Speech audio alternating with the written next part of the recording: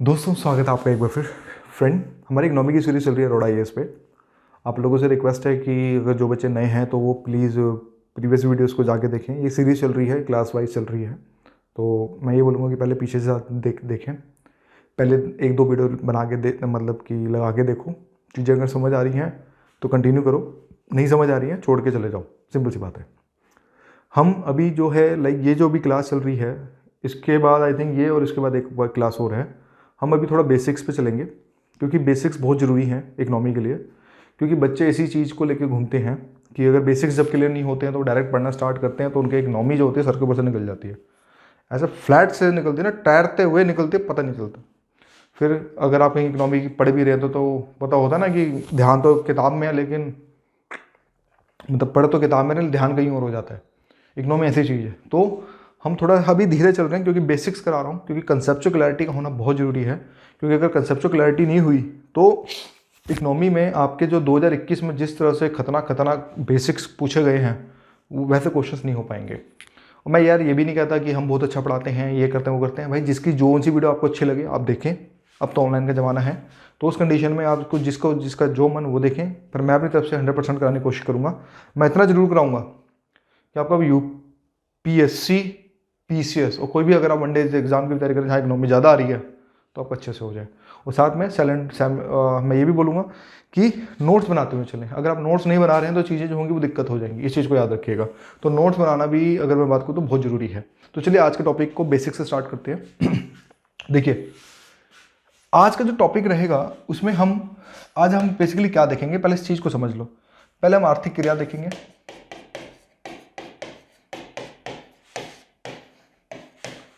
ठीक है। दूसरा हम गैर आर्थिक क्रियाओं को थोड़ा समझेंगे बेसिक्स में, ठीक है। फिर हम उत्पादन को समझेंगे, उपभोग को समझेंगे। या आज हम इन 4 पैरामीटर्स पे अगर मैं बात करूं तो हम बात करेंगे, क्योंकि ये टर्मिनोलॉजी सुनने में तो आसान लगती है, उत्पादन है, उपभोग है, लेकिन कहीं यूपीएससी इसी पे गेम खेल जाए। अगर यूपीएससी अगर इसी पे ही अगर मैं बात करूं तो इसी पे ही मतलब चीज़ें जो है वो बढ़िया से हो जाए तो फिर आपके लिए जो है अगर मैं बात करूं तो बेसिकली कहानी जो होगी वो गड़बड़ होगी। तो उसी कंडीशन में ध्यान से रखते हुए हम इस चीज़ को यहाँ पे अगर हम बात करें तो थोड़ा सा समझने की जो है कोशिश करेंगे। तो दोस्तों फिर चलिए फिर देखिए, अगर मैं बात करूं तो पहला कंसेप्ट है आर्थिक क्रियाएं। देखो मैं यहाँ पे आपको एक चीज बताने की कोशिश करूंगा कि आर्थिक क्रिया यहाँ पे होती क्या है, ठीक है। आर्थिक क्रिया बेसिकली होती क्या है, तो देखो आर्थिक क्रियाएं वह क्रियाएं होती हैं जिसमें बेसिकली सबसे बड़ा धन का रोल सबसे बड़ा हो, यानी कि धन की मात्रा जब उच्च या फिर नीचे होती, मतलब कि कहने का मतलब यह है धन उपार्जन के उद्देश्य से जब कोई कार्य जो किया जाता है तो उसको बेसिकली आर्थिक क्रिया कहते हैं।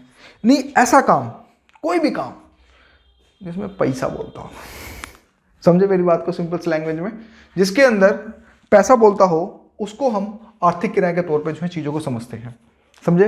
यानी कि वह क्रियाएं जिसके अंदर पैसे को शामिल किया जाए, कोई भी क्रिया हो सकती है, चाहे आप स्कूल जा रहे हो या फिर आप मजदूरी कर रहे हो, कोई भी काम कर रहे हो। मान लो आपको जोमेटो में है, आप ठेला लगाते हैं, आप बस ड्राइवर हैं, आप एक सीईओ हैं, या फिर आप एक बोर्ड ऑफ डायरेक्टर के बंदे हैं, या आप मंत्रालय के सचिव हैं, कोई भी काम हो भाई, आखिर आप काम क्यों कर रहे हैं, बेसिकली धन का ही तो काम है। कहीं ना कहीं आपकी जेब में अगर मैं बात करूं तो कहीं ना कहीं पैसे ही तो आएगा, आएगा नहीं आएगा बॉस। सोचो थोड़ा कंसेप्चुअल अगर मैं बात करूं, थोड़ा सोचो। तो उस कंडीशन में वो क्रियाएं जिसके अंदर बेसिकली धन का उपयोग हो, मतलब धन का जब उपार्जन हो किया जाए, यानी कि उसका उत्पादन, यानी कि जिससे कि हमें धन मिल सके, चाहे वो कोई भी काम हो। लेकिन यहाँ पे एक बात ध्यान रखना, या कोई भी काम होगा वो बिल्कुल लीगल होगा। क्या होगा? लीगल वे में होना चाहिए। अब ये नहीं कि तुम कर रहे हो तस्करी और तुम कर रहे हो स्मैक बेच रहे हो, या फिर तुम कहना मैं गांजा बेच रहे हो, चरस बेच रहे हो, सुट्टा मार रहे हो, वो चीज नहीं। जो भी काम होनी चाहिए, या चोरी कर रहे हो, गोल्ड स्मगलिंग कर रहे हो, ठीक है, हथियार स्मगलर कर रहे हो, तो वो सारे जो इलीगल एक्टिविटीज है जिसको समाज जो है बेसिकली एक्सेप्ट नहीं करता है। एक चीज याद रखना, जो कानून की दृष्टि से जो कानून की दृष्टि से जो लीगल नहीं है, ठीक है, उनको इन गतिविधियों के अंदर जो शामिल नहीं किया जाता। जो कानून की दृष्टि से, जिनको इसके अंदर मतलब कि कानून की दृष्टि से जो चीज़ें इलीगल हैं उसको बेसिकली इसमें जो है शामिल नहीं किया जाता। यानी कि जो हमारा मकसद होता है वो बेसिकली धन उपार्जन का होता है। तो उसमें कोई भी काम हो सकता है, चाहे आप मजदूरी कर रहे हो, खेती कर रहे हो, जोमेटो काम कर रहे हो, या कुछ भी कर रहे हो, आगे अपनी पैसे तो कमाता है। मैं टीचिंग कर रहा हूँ तो कहीं ना कहीं हमें भी थोड़ा बहुत यूट्यूब हल्का मेहरबान हुआ तो क्या पता हमारी वीडियो वायरल होगी, वैसे तो होती नहीं है, ठीक है, तो उसके लिए कुछ हमें भी कुछ थोड़ा बहुत मिल जाए। तो उसी कंडीशन में जब चीजें करनी हो तो उसको हम आर्थिक क्रिया के तौर पे समझते हैं। समझ आया? इसी के जैसे गैर आर्थिक क्रियाएं भी होती हैं, से हम अपोजिट कर दो, जहां पर जिसका बिना धन उपार्जन के उद्देश्य से जब कोई कार्य जब किया जाता है, क्योंकि मैंने एक पे फोर्स किया आपको दूसरा ऑटोमेटिक समझ आ जाएगा। तो इसमें गैर आर्थिक क्रियाएं, समाज सेवा करना, माता पिता की देखभाल करना, भाई की देखभाल करना, बहन की देखभाल करना, और भी काम करना जिसमें मतलब करुणा हो, प्यार हो, सिंपैथी हो, कोई भी चीज़ हो, तो वो सब सामाजिक कार्य हो, बच्चों की सेवा करना, भूखे बच्चों को खाना खिलाना, भूखे बच्चों को स्कूल भी भेजना, जिसमें आपको कोई धन का कोई लालच ना हो। कहने का मतलब ये है कि वो कार्य जिसमें आपका कोई लालच ना हो और आपको कोई ऐसा नहीं कि आप धन को लेके मतलब उसको चीज़ को उत्सर्जित करें, तो वो उस चीज़ को हम क्या नाम है, गैर आर्थिक क्रिया के तौर पे जो हम चीज़ों को समझते हैं। समझ आ गया? नेक्स्ट चलते हैं दोस्तों, आर्थिक क्रिया को थोड़ा सा धीरे धीरे समझने की कोशिश करते हैं। अभी तक आर्थिक क्रिया समझाई थी मैंने आपको, दोनों एक बेसिक समझा दिया। अब इसको थोड़ा सा बाल की खाल निकालते हैं, ठीक है। देखो, ये क्रियाएं जिनसे व्यक्ति धन व संपत्ति प्राप्त कर अपनी इच्छा पूर्ति करता है, अर्थात धन उपार्जन के उद्देश्य से की गई सभी क्रियाएं आर्थिक क्रियाएं होती हैं, जैसे कि मैंने पहले समझाया। फिर इसमें कपड़े बेचना, नौकरी करना, मजदूरी करना, व्यवसाय करना, ये सारी चीजें इसमें आती हैं। और साइमल्टेनियसली संसार के सभी व्यक्ति उपभोक्ता है। ये एक लाइन बहुत इंपॉर्टेंट है, ध्यान से समझिएगा। संसार के सभी व्यक्ति सभी व्यक्ति उपभोक्ता हैं। हम अपनी आवश्यकताओं की संतुष्टि के लिए विभिन्न वस्तुओं सेवाओं का उपभोग करते हैं। तो यहां पर एक वर्ड आ रहा है, उपभोग। देखो, देश का मतलब पूरे वर्ल्ड का कोई भी व्यक्ति हो वो एक उपभोक्ता ही है, चाहे वो भले कुछ ना कुछ पैदा जरूर करता हो, लेकिन वो किसी न किसी के लिए उपभोक्ता ही है। आप समझ रहे हैं मेरी बात को? किसान, भाई किसान भले ही उत्पादक है, तो कहीं ना कहीं ये भी तो उपभोक्ता ही हुआ, खाएगा भी ना किसी चीज। या फिर इवन अगर कपड़े लेने जाएगा, मान लो भाई फेस्टिवल आ गया, कपड़े लेने गया, कपड़े खरीदे, किसान ने भी, भाई किसान भी खरीदेगा ना, तो कपड़े लिए, तो वो दुकानदार के पॉइंट ऑफ व्यू के हिसाब से किसान भी एक उपभोक्ता हो गया नहीं हो गया? तो उस कंडीशन में संसार का कोई भी ऐसा व्यक्ति हो, हर आदमी उपभोक्ता होता है, चाहे वो डॉक्टर हो, चाहे वो इंजीनियर हो, चाहे वो लॉयर हो, चाहे वो आईएएस हो, चाहे पीसीएस हो, कोई भी हो, संसार का कोई भी व्यक्ति हो, वो सभी लोग उपभोक्ता होते हैं। उपभोक्ता का मतलब ये कि जब आप किसी चीज को कंज्यूम, मतलब कि एक तरह से जब आप किसी चीज को ग्रहण करते हो, किसी भी चीज को लेते हो, खरीदते हो, तो आप एक तरह से उपभोक्ता ही होते हैं। अब ये नहीं कि आप भले आप कुछ बोलेंगे यहाँ पे, मेरी तो फैक्ट्री है सर जी जीन्स की, तो मैं कैसे, मैं तो उत्पादक हो गया, मैं वो उपभोक्ता कैसे हो? भाई तूने जीन्स की अंडरवेयर तो कहीं और से खरीदता होगा, तो तू उसके लिए तो उपभोक्ता हुआ नहीं हुआ? सबसे पहली बात है। तो उस कंडीशन में यहां पर सभी व्यक्ति जो है उपभोक्ता है। एक चीज और है यहाँ पे, उपभोग, तो इसको हम अभी थोड़ा आगे क्लियर करेंगे। इसमें एक वर्ड आपने सुना होगा, संतुष्टि। देखो, आर्थिक क्रियाओं में संतुष्टि का होना बहुत जरूरी है। हालांकि एक सर्वे अभी हुआ था लेटेस्ट, मुझे 2020 का डेटा का बता रहा हूं, मोर देन 75% लोग, ये डेटा है, डेटा पे बात कर रहा हूं मैं, हवाबाजी नहीं, मोर देन 75% लोग तो बिल्कुल ही खुश नहीं है अपनी जॉब से। उसके आगे ये कहता है कि मोर देन 12% लोग उससे ज्यादा खुश नहीं है। मतलब एक तो होता है बिल्कुल ही खुश नहीं, जो मतलब वो मतलब ऐसा है कि उसमें से भी और बदले छन के आए, तो उसमें से भी 12% और लोग जो जुड़ जाते हैं, बोलते हैं हम भी खुश नहीं है। तो इस चीज के अंदर संतुष्टि, देखो जॉब के अंदर मतलब कोई काम करते हैं, कुछ भी करते हैं, उसमें संतुष्टि का होना बहुत चीज होता है। जैसे कि आप कोई काम करते हैं, आपको जैसे कि आप मान लो पूरे दिन आपने बहुत अच्छे से पढ़ाई करी, उनमें संतुष्टि हुई नहीं हुई, भले ही आपने आर्थिक क्रियाएं नहीं करी, संतुष्टि तो होती है। तो उसी केस में किसी भी चीज में संतुष्टि का होना बहुत ज्यादा जरूरी है। इसको हम थोड़ा भी और डिटेल में समझेंगे, थोड़ा वेट करो हल्का सा। पहले समझते हैं उपभोग को। देखो दोस्तों, उपभोग को कहते हैं कंजप्शन इंग्लिश में, यहाँ वर्ड्स भी लिख दी मैंने ताकि आपको कोई दिक्कत ना हो। देखो, उपभोग एक एक क्रिया है जिसके अंतर्गत हम अपनी आवश्यकताओं की प्रत्यक्ष संतुष्टि के लिए वस्तुओं सेवाओं के उपयोगिता मूल्य का प्रयोग करते हैं। जैसे वस्तुओं का उपयोग, देखो इसमें एक वर्ड को समझना, उपभोग एक क्रिया, डेफिनेशन के पीछे मत भागो, मेन है कंसेप्ट, कंसेप्ट के पीछे भागो जो मैं कहने की कोशिश कर रहा हूं कि उपभोग एक क्रिया है जिसके अंदर हम अपनी आवश्यकताओं की प्रत्यक्ष संतुष्टि के लिए वस्तुओं सेवाओं के उपयोगिता मूल्य का प्रयोग करते हैं। देखो इसमें दो वर्ड हैं उपभोग में, एक है प्रत्यक्ष संतुष्टि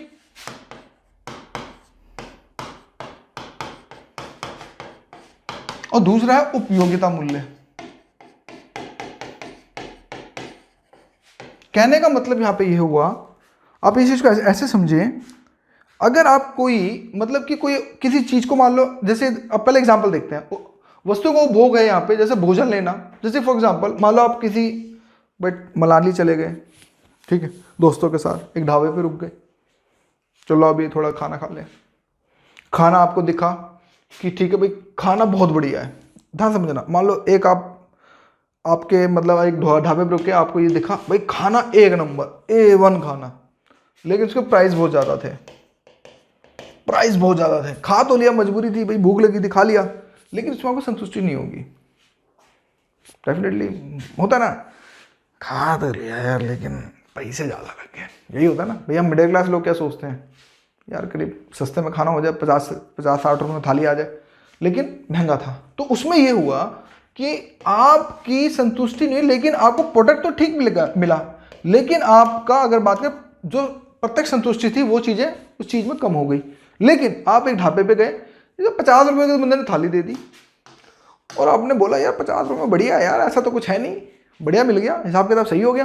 तो उस कंडीशन में आपको ये पता चला कि मुझे प्रत्यक्ष संतुष्टि भी हो गई और मेरे लिए कहीं ना कहीं एक मूल्य जो था इसका मुझे ठीक लगा, यानी उपयोगी था तो मुझे ठीक लगा। तो उस कंडीशन में आपको उपयोगिता एक तरह से मूल्य भी आपको देखने को मिला। तो इस कंडीशन में जब आपकी किसी चीज की प्रत्यक्ष संतुष्टि हो जाए, जब चीजों में एक आपको मिले कि हाँ मैं संतुष्ट हूं और साथ में उसका मूल्य बहुत ज्यादा नहीं है, किसी भी सेवा का या किसी भी वस्तु का, जैसे वस्तुओं में दूध पीना, कपड़े पहनना, जूते पहनना, कार चलाना, पुस्तकें पढ़ना आदि। पुस्तकें पढ़ना कैसे, कोई पुस्तक खरीदी, कवर पेज बहुत अच्छा लगा, रेटिंग बहुत अच्छी लगी, लेकिन पता चला यार इस किताब में तो कुछ है ही नहीं, तो पैसे तो आपने पे किए लेकिन आपको संतुष्टि नहीं हुई, समझ रहे हैं। तो इसलिए इसको कंजप्शन के तौर पे, तो कहने का मतलब ये है कि यहाँ पे हम संतुष्टि के ऊपर लेके क्यों बात कर रहे हैं, क्योंकि आने वाली सीरीज में संतुष्टि पे बहुत ज्यादा मतलब कि प्रेशर डाला जाएगा। तो इसलिए अभी से मैं चीजों को मतलब कि क्लैरिफाई करा रहा हूँ और साथ में उपभोग भी समझा रहा हूँ कि उपभोग का मतलब है कंजप्शन, किसी चीज का लेना, चाहे किसी भी फील्ड में हो सकता है, चाहे वो वस्तु के फील्ड में हो, चाहे वो सेवा के फील्ड में हो, समझ रहे हैं। जैसे सेवा में क्या, बट डॉक्टर से इलाज करवाना, दर्जी से कपड़े सिलवाना, मोची से जूते पॉलिश करवाना, शिक्षक से शिक्षा लेना जैसे आप मेरे से ले रहे हैं, वकील से केस लड़वाना आदि सेवाओं का उपभोग जो है बेसिकली यहाँ पे उपभोग है। यदि हम वस्तु सेवाओं का उपभोग नहीं करेंगे तो इन वस्तु सेवाओं का उत्पादन भी नहीं होगा। देखो ये लाइन बहुत इंपॉर्टेंट है यूपीसी पॉइंट ऑफ व्यू के हिसाब से। यदि हम वस्तुओं सेवाओं का उपभोग नहीं करें तो उसका उत्पादन कुछ समय के बाद बंद कर दिया जाता है। देखो एक वर्ड है, एक चीज को याद रखना कि कुछ समय के बाद, मैं ये नहीं बोलूंगा तुरंत बंद हो जाएगा, लेकिन चीजें आउट ऑफ द ट्रेंड हो जाएंगी। जैसे I will tell you one example. देखो वैसे तो यहाँ पे एग्जांपल दे रखा है, जैसे कि ब्लैक एंड व्हाइट टीवी है, ठीक है, आज के समय तो भाई एलईडी, ओएलईडी, कर्व वाले टीवी एक से एक चले हुए हैं, देखते हैं ना हम लोग इनकी एड्स। लेकिन अगर कोई बोले, वो आज याद है 40 साल पहले हमारे घर में सेटर वाला जो टीवी होता था, तो उस कंडीशन में अगर हम देखें तो क्या आज के समय ऐसे लोग टीवी खरीदना पसंद करेंगे? मेरे हिसाब से लोग खरीदना भी पसंद करेंगे। उनको लगेगा अगर कोई 100 रुपये 200 में देगा तो भी नहीं खरीदेंगे। क्यों नहीं खरीदेंगे? उनको पता है स्पेस कहाँ रखें घर में। और दिल्ली जैसे शहर में जहाँ हम रहते हैं वैसे ही यहाँ स्पेस की मारामारी है, स्पेस इतना होता नहीं है। तो उस कंडीशन में आप मान के चलें उसकी कोई वैल्यू नहीं है, चाहे भले ही वो उस समय 1 लाख रुपए का हो, लेकिन आज के समय तो कूड़ा है। तो ऐसे ही जब लोगों ने ये देखा कि ब्लैक एंड टीवी जब बिक नहीं रहे हैं, मतलब कि कोई देख ही नहीं, कोई कलर टीवी आ गए हैं, तो उस कंडीशन में ये होता है कि फिर लोग जो है टीवी लेना, ब्लैक एंड टीवी को मतलब बंद कर देते हैं। अब देखो मैंने एक वर्ड याद किया, कुछ समय के बाद एंटिक पीस रख लेते हैं, बाकी सब बंद कर देते हैं। तो ऐसे ही अगर मान लो समाचार पत्र ही नहीं पढ़ेंगे तो अखबार क्यों छापेंगे? अगर मान लो जिस तरह से डिजिटल मीडिया आ रही है, कैसे भी पीक टाइम आएगा, हो सकता है इन फ्यूचर में कि न्यूज़पेपर बंद भी हो सकते हैं, ऐसा नहीं है कि नहीं हो सकते हैं, क्यों नहीं हो सकते भाई। फिजिकल बंद किया जा सकता है ना, सेव द एनवायरमेंट, लेकिन ऑनलाइन तो भले ही देंगे, लेकिन उस कंडीशन में जो हमारे फिजिकल अखबार है वो भी बंद किए जा सकते हैं इन फ्यूचरिस्टिक किसने देखा है। तो उस कंडीशन में ये चीज़ें जो है बेसिकली जो है बंद। तो कहने का मतलब ये हुआ, मतलब आप इस चीज़ को ऐसे समझें कि जब हम उपभोग करते हैं तो इसमें दो तरह की वस्तु होती हैं, जिसमें एक वस्तु भी होती है, इसमें एक सेवा भी होती है, कुल मिला के जिसमें हम एक उपयोगिता मूल्य देते हैं, जिसके अंदर हमें संतुष्टि मिलती है, तो हम उसको पर्टिकुलर उपभोग के तौर पे देखने की कोशिश करते हैं। उपभोग कैसे भी किसी भी तरह से हो सकता है, ये आपके ऊपर डिफाइन है, जैसे कि मैंने यहाँ पे आपको बेसिकली बताया। अब दोस्तों उत्पादन क्या होता है, देखो उत्पादन की अगर हम बात करें, प्रोडक्शन, वर्ड ध्यान रखना प्रोडक्शन, ये देखो ये बेसिकली बेसिक टर्म्स हैं बिल्कुल, जिसमें आपको समझना पड़ेगा थोड़ा, मतलब समझ रहे हैं, जिनके लिए इकोनॉमी बिल्कुल वीक है, बोलते ना यार जान से निकली जा रही इकोनॉमी पढ़ के, कुछ ऐसा है। तो वह प्रक्रिया जिसके द्वारा कच्चे माल को उपयोगी वस्तु से परिवर्तित कर उपभोग लायक बनाया जाता है, ताकि वस्तुओं को उपयोगिता तथा सेवाओं में वृद्धि की जा सके, उत्पादन कहलाता है। देखो किसी चीज का जब हम प्रोडक्शन करते हैं, ठीक है, वो तो उत्पादन हो गया, ठीक है भाई। अब फॉर एग्जांपल देखो ये सारे वर्ड्स क्लियर हो जाएंगे अभी। वह प्रक्रिया जिसके द्वारा कच्चा माल, ठीक है, उपयोगी वस्तुओं में परिवर्तित कर उपभोग लायक बनाया जाता है, ताकि वस्तुओं को उपयोगिता सेवाओं में वृद्धि की जा सके, जो भी है उत्पादन कहलाता है। देखो सारे वर्ड्स अभी एक एक करके आएंगे। मैं आपको यहां एग्जांपल देता हूं सबसे बढ़िया, मान लीजिए आपके डैडी किसान हैं,